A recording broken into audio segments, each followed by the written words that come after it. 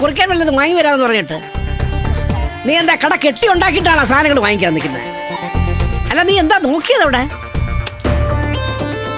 ഒരുത്തം കൊണ്ടുവന്ന് ഉരച്ചിട്ട് പോയി. ഇതിപ്പോ 1.5 രൂപ കല്ലാവുന്ന ലക്ഷണം. പറഞ്ഞിട്ട് കാര്യമില്ല.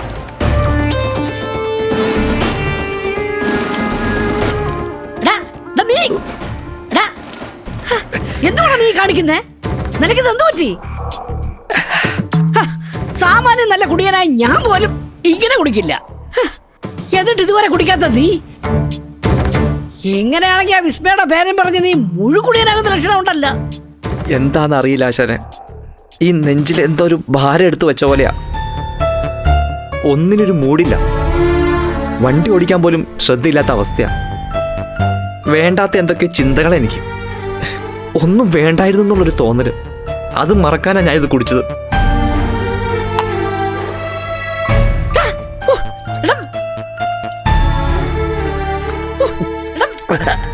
വെള്ളം ചേർക്കാതെ കഴിച്ചാൽ കരള് വാടിപ്പോടാ ചേർക്കാം. ഈ ചന്ത ഒന്നിനും വെള്ളം ചേർക്കാറില്ല ആശാനെ. അതിപ്പോ ചെയ്യുന്ന ജോലിയിലായാലും പറയുന്ന വാക്കിലായാലും കൊടുക്കുന്ന സ്നേഹത്തിലായാലും വെള്ളം ചേർക്കില്ല ഈ ചന്തു. ചന്തു ചതിക്കില്ല ആശാനെ.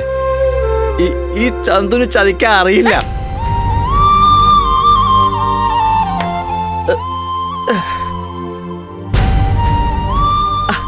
ആശാൻ പറ, ഞാനൊരു കളങ്കമില്ലാത്ത പാവം പയ്യനല്ലേ? പഠിത്തമില്ല എന്നുള്ളത് നേരാ. പക്ഷെ പരസ്പരം ഇഷ്ടപ്പെടാൻ ഡിഗ്രി ഒന്നും വേണ്ടല്ലോ. വേണോ? ആശാൻ പറ. മോനെ, നീ മണപ്പിക്ക് മുമ്പേ ഫിറ്റായ ലക്ഷണമാ. ഇവിടെ കിടന്ന് ഉറങ്ങണമോ അതോ വർഷപ്പ് പോണോന്ന് മാത്രം പറഞ്ഞാൽ മതി. എനിക്ക് ഉറങ്ങണ്ട ആശാനെ. ഉറക്കം വരില്ല എനിക്ക്. ആശാനെ, ആശാൻ പറഞ്ഞതാ ശരി. ഞാൻ അവളെ ഒന്നും വിശ്വസിക്കാൻ പാടില്ലായിരുന്നു. ഇപ്പോഴെനിക്കത് മനസ്സിലായത്. ഞാനിനി അവളെ പറ്റി ചിന്തിക്കില്ല ആശാനെ. അവളെ ഞാൻ എൻ്റെ മനസ്സിൽ നിന്ന് പറിച്ചെറിയും. എനിക്ക് വേണ്ട അവളുടെ കൂട്ട്. അവള് ദുഷ്ടയാ, ദ്രോഹി.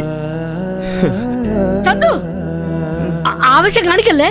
നീ ഇവിടെ ഇരിക്കേ. അങ്ങനെ പതുക്കെ. ഇല്ല ആശാനെ, ഇരുന്നാ എനിക്ക് കിടക്കാൻ തോന്നും. കിടന്നാൽ എണീക്കാനും തോന്നും. എന്നെ ഇങ്ങനെ ഭ്രാന്തരാക്കി അവളും ഞാനും തമ്മിൽ ഒരു ബന്ധമില്ല. കൊടുത്ത ഇഷ്ടം തിരിച്ചറിയാത്തവളായിട്ട് എനിക്ക് ഒരു കൂട്ടും വേണ്ട. ബൈ ബൈ വിസ്മയ. ബൈ ബൈ വിസ്മയ. നീ ശരിയല്ല. അവളൊരു ദ്രോഹിയ, കുലദ്രോഹി. എനിക്ക് അവളെ കാണണ്ട. നീ മിണ്ടണ്ട. അവളാണ് ശരിയല്ല ആശാനെ. ദ്രോഹിയ. കഷ്ടം.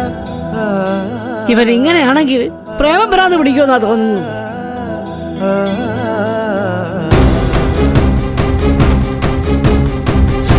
ഫ്ലവേഴ്സ് സ്മാർട്ട് ഷോ ശനി ഞായർ ദിവസങ്ങളിൽ രാത്രി 9:30 ഫ്ലവേഴ്സിൽ.